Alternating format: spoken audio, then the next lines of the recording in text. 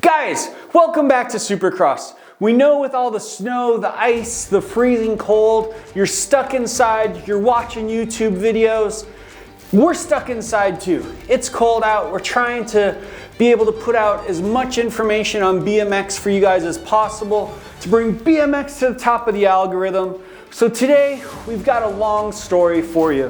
One that starts off with talking about why this original 6-bar serial number 1 was not the first frame we made. Grab something to drink, grab something to eat, because this might be a little bit of a long one. Come on in.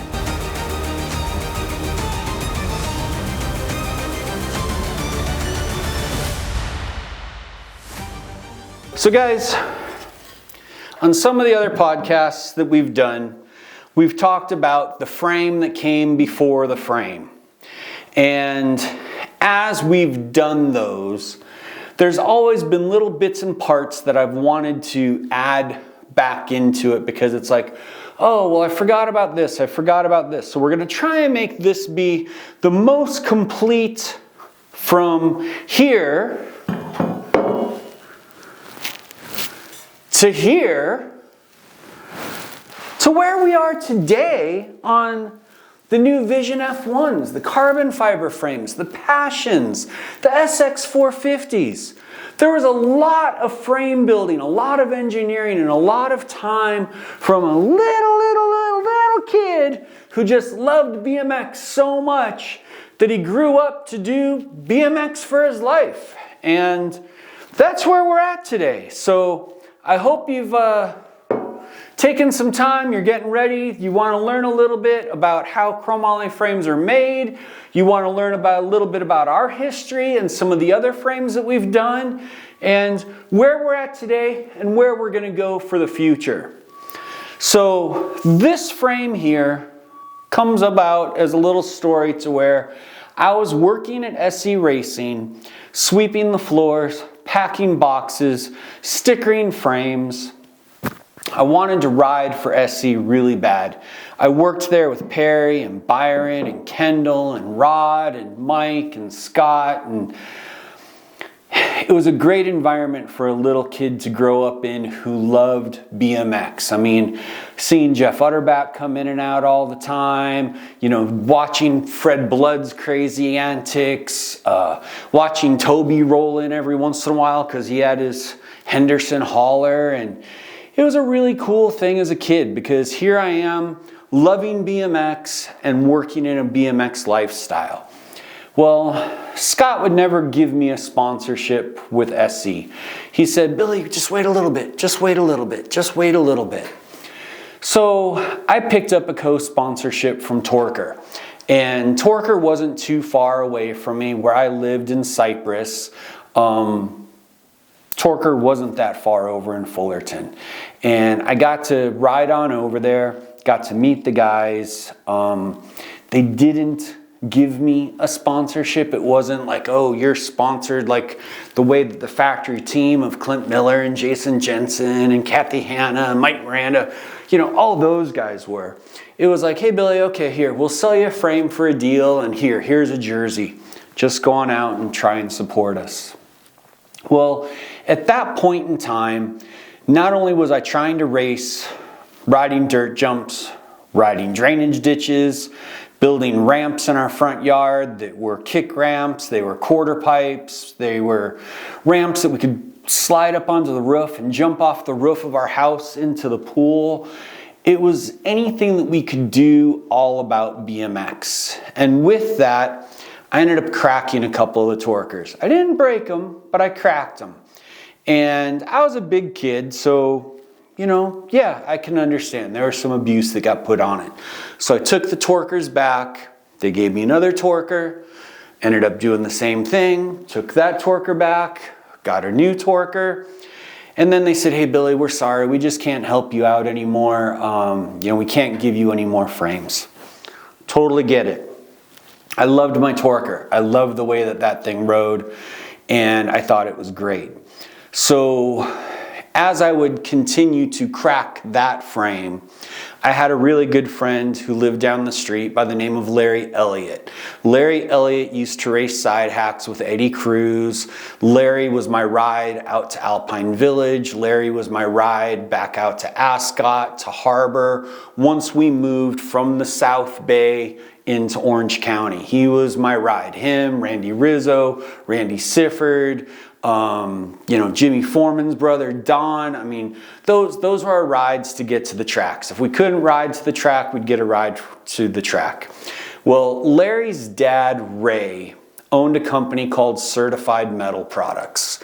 So Ray is who I would go to and say, hey, Ray, my frame cracked. Can you weld it up for me? And Ray would gladly do it. Well, I guess you could tell that at a certain point, Ray decided that he was tired of re-welding my frame. And he told me, hey, the next time that you have a day off, meet me at my van, 6 in the morning, bring your bike. And if you go back and reference the Eddie Fiola podcast where Eddie and I were talking about, we brought that story up and we brought this frame up. And this was the first frame that I built. I've left it unrestored. I've thought about restoring it a few times, but I figured why? It never cracked. It still has the rattle can spray paint, white paint job that I put on it way back in the day. Obviously it's been chipped and rusted and scratched and everything that a kid puts it through. I mean, I keep looking at the dropouts on it and you can see where I had kept moving my wheel as I'd make my gear changes from a 47-16 to a 48-16 and then finally to a 47-16 and trying all kinds of different gear ratios, because back then I wasn't a spinner. I ran the long Ashtabula 191 cranks and eventually got some 182 flights and, felt really comfortable. But this is the first frame I built. And this frame is built out of some parts that were left over at Ray's Certified Metal Shop. And Ray's Certified Metal Shop not only made the pedal-proof wheels that were on Larry Elliott's side hack and were featured in BMX Action magazine that looked like a centerline style of wheel where it's a spun aluminum disc. Ray also welded up all of the chromoly and mild steel frames for Laguna distributors. He did the tandem frames, he did the beach cruisers, he did the Laguna 101s, he did all of those frames. So he had a lot of chromoly laying around, he had bottom brackets, he had head tubes. So it was the perfect place for this young kid to learn about how to build a frame. So we chopped up tons of tubing. I had to learn how to miter. I had to learn how to do compound miters. I learned how to set my argon percentage. I had to learn how to do the tungsten tip. And I mean, learning how to do all this stuff, 12 years old, 13 years old, just learning how to do this. Working in a machine shop, working in a weld shop, and building my first frame. Now, this first frame didn't have a name. And this first frame went around to all of our trails, all the tracks. And I finally had one of my buddies, Randy Rizzo, tell me, hey, if you want to start making some more of those frames, I can introduce you to Voris, because he was co-sponsored by Voris Dixon back in the day. I also had my buddy Jimmy Foreman telling me, hey, Bill, you really need to make these frames. So here's Gen 2. Gen 2 of the high-tech frame. And we actually called it the high-tech frame back then. This one doesn't have any of the stickers because it was after the company went belly up. But it was a short-lived project. We built 25 frames, and it was what we were going to try and do to start our own frame company. We decided to call it high tech because we thought it was very high tech in the technology, because it had the pierced seat mask, but it was cut short. It had a welded on seat post clamp like a JMC did. It was one of the first frames using a 1 3/8 down tube, 1 1/4 top tube. We welded the dropouts inside and outside to stiffen it all up.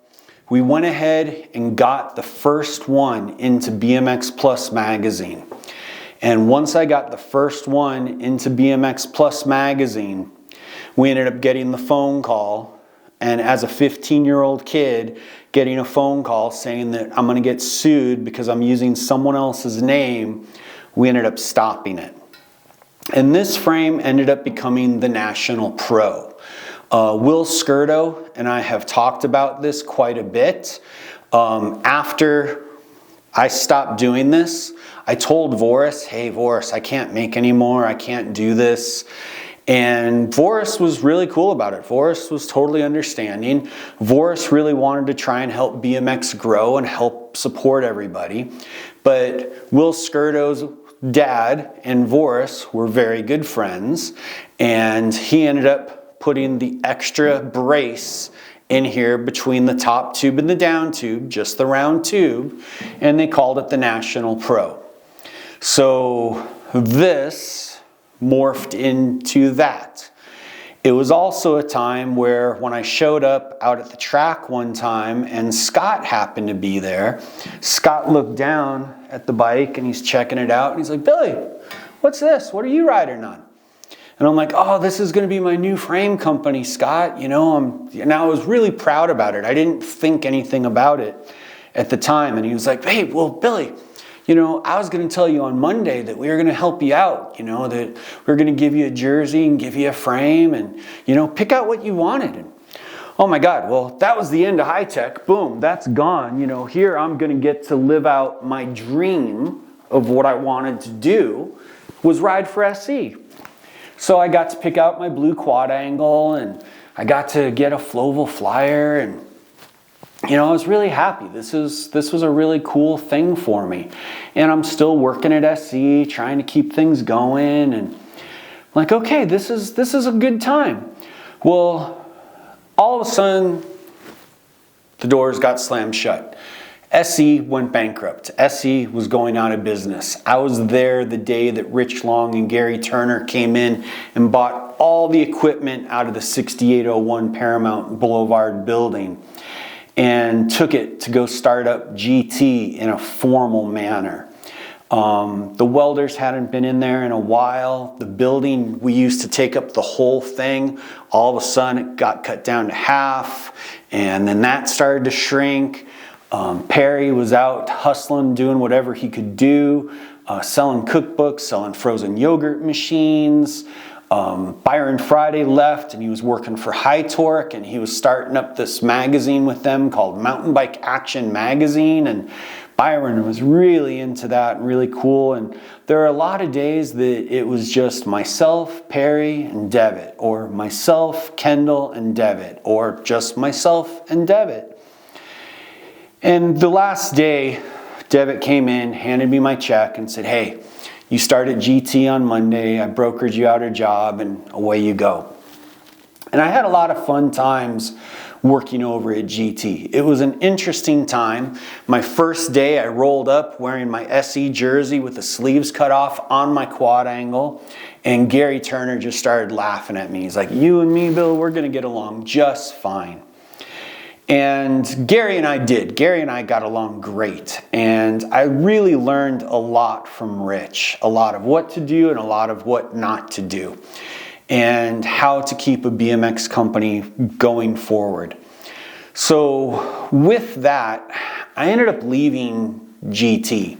And I left GT for a couple of reasons. One of my really good friends, Tommy Brackens, had a little episode with Rich Long. Kevin Hull, another one of my really good friends, had a little episode with Rich Long. Rich was saying that we were only able to give out 200 warranty frames that year, and we were already at the 200 mark, and things were just not right.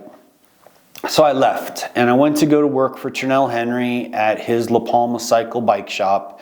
And while I was working with Turnell, Tommy and I came up with his own bike, the Brackens. So when we first did Brackens, Tommy wasn't sure what he was going to do. He had just won the Nora Cup for #1 Pro of the Year. He was a great guy. He was great with the kids. He was fast. He was tired of the sponsorship shuffle and wanted to do something for himself. So this Brackens graphic was actually hand-drawn by me using some Letraset, using some halftone type for the seat mask, the down tube, the head tube, on my little drafting table in our little apartment that we were living in. And Tommy and I started getting these frames built. We found a frame builder and we started getting it going. Kevin Hull became the pro. Tommy was riding this while he was racing for world class and letting Kevin be the Brackens guy. And it was really cool. At the time, I had Tech Racing going as well. So there's a double page color feature in BMX Action magazine of Kevin with his Brackens, and he's wearing some Tech sweatpants, and we did a lot of cool things, and it was really fun. And building the Brackens bikes was a fun thing. And if you notice, the dropouts that are on this fork are also the same dropouts that we used when we went to start building Supercross. So we kept a little bit of that heritage into it. But Tommy had a partner that wanted to get involved, Hartwig out of Germany, and he didn't want me involved. He wanted the company to be Tommy and his, and took things in a different direction. So I was like, fine, go ahead. Take things in your own direction. I'm busy doing tech. We're helping do the bike shop. And that was the end of my chapter with Brackens. So after that, I decided that I wanted to build a frame for myself. And it wasn't going to be a company. It wasn't going to be anything, except I just wanted to ride a frame that I wanted to ride. So we built this frame. It's got a 22-inch long top tube. It's got a 75-degree head tube angle, 14.5-inch rear triangle. Has the built-in seat post clamp. It uses the twin down tube design that I loved that Pete Lonkarovich had on his LRPs and on his TWs. And then I did a head tube gusset similar to what GJS had done back in the day, because I knew that the bottom bracket was going to be nice and stiff because we had it nice and wide. But the head tube I was a little leery of. We did a 1 1/4 top tube, but down here on the down tube, we've got, 5/8 inch, rear chain stays, seat stays coming up to this head tube. So we added in this extra bar to try and replace that. We never built a fork for it. The original Racing leading axle forks were great. They were heat treated. They were full 4130 chromoly. They were strong. They were super light. It was a great bike. I really enjoyed riding this. It was a fun time. But while we were doing this, we had the Tech Racing team going.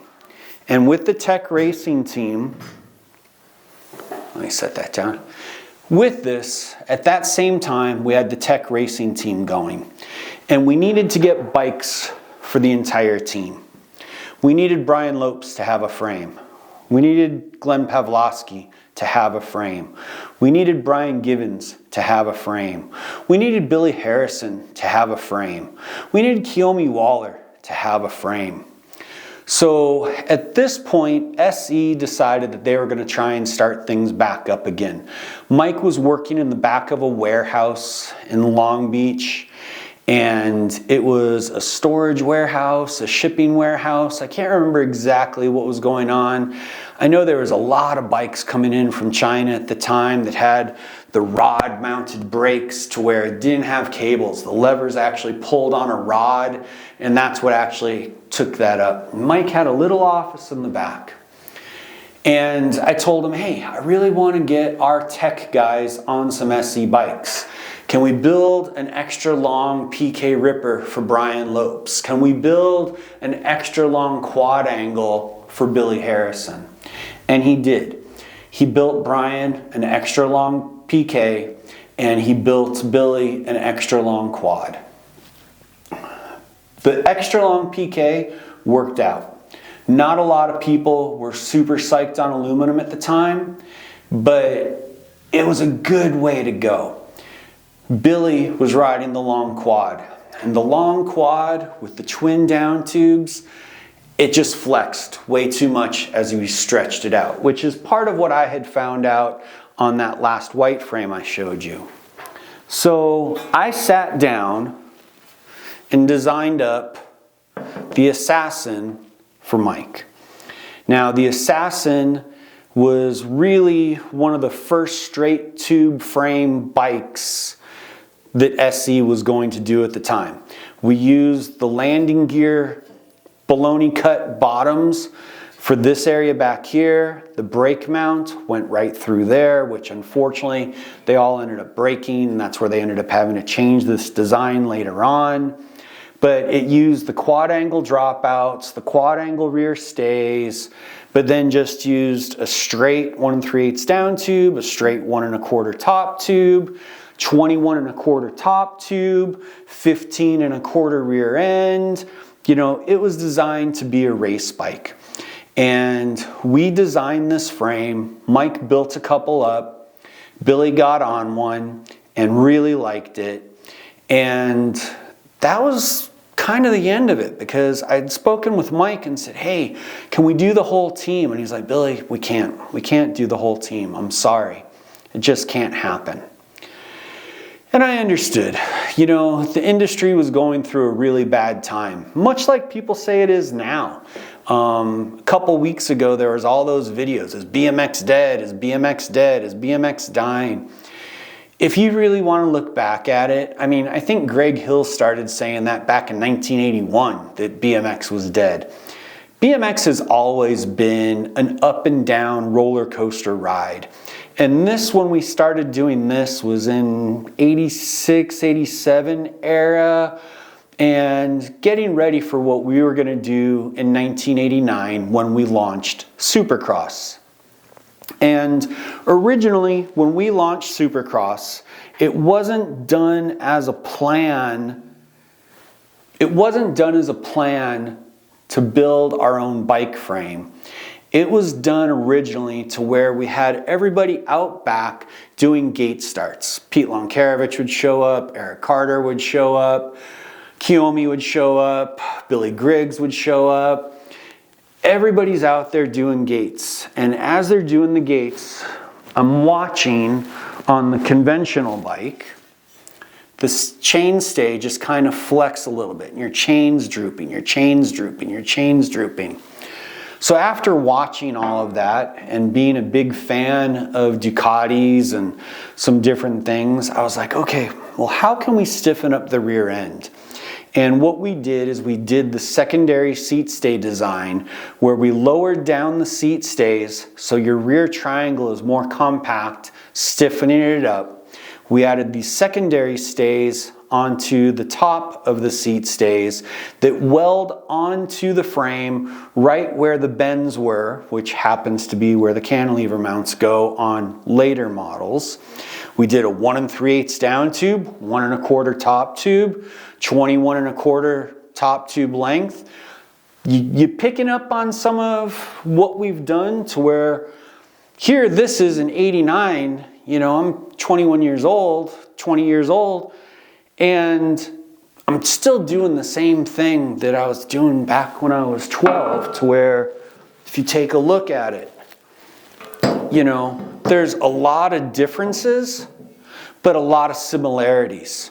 You notice this has a machined head tube. This has pressed on rings to simulate a machined head tube. 1 3/8 down tube, 1 3/8 down tube, 1 1/4 top tube, 1 1/4 top tube. You know, there's a lot of similarities as much as they're different. But this frame here is what launched Supercross 37 years ago.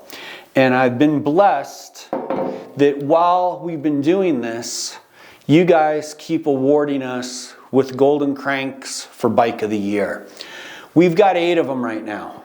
And I'm very proud, very honored, and very humbled that you gave this little BMX kid a chance to try and put this out there, put a bike out to market, and that you guys liked it enough to give us this amazing award of Bike of the Year. I never thought I'd get 1, let alone 2, let alone 8. Just wasn't in the cards. We were building these bikes so that our team could go faster. We were building these bikes so that my buddies that I rode with would have bikes. I wanted everybody to have a bike and I wanted everybody to have fun. It wasn't a way to make money. And all of a sudden it just kind of clicked. And we said, well, yeah, let's do this and we'll make more. And we can use the money to get everybody to the races and pay some entry fees and do some things. Well, here, 37 years later, we're kind of doing the same thing. We're selling bikes to support the race team and keeping everybody out there, getting Kai White ready for the LA 28 Olympics, getting Oliver Moran ready for the LA 28 Olympics, getting Lexus Colby ready for the Olympics. You know, Mara Stromberg's already won 2 Olympic gold medals and has been helping everybody. Bubba's been doing everything with the team, trying to keep everybody going. He's got 4 USA BMX titles, plus he's got a bunch of these Golden Cranks himself. So this whole process started because we wanted to be kids and have fun and just go ride. And where it is now, 37 years later, is we're still a bunch of kids. We're old kids, but we're kids and we want to go ride. And that's part of what has led for us to bring back the passion frame and doing the frames in the 26 and the 29s for the big BMXers. Because the entire thing about BMX is that you should be having fun. So if it's dead, it's only dead in your mind.